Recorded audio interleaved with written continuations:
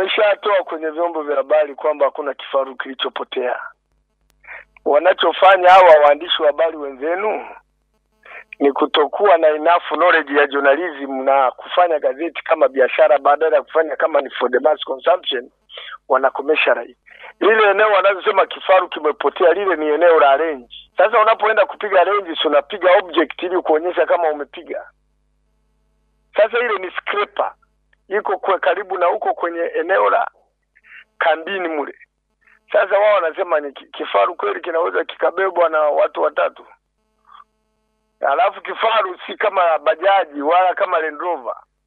Kifaru kinahitaji the highly trained person kukiendesha.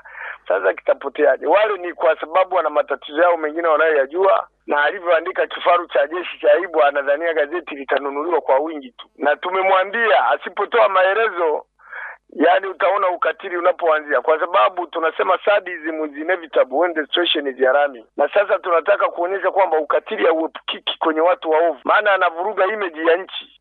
Kwamba yeye badala ya kuongelea swala la ardhi ambayo watu wa raia walikuwa wanataka jeshi, ameingia kwenye vitu vingine visiyomhusu. Wewe ulishaona wewe kifaru kinaibiwa?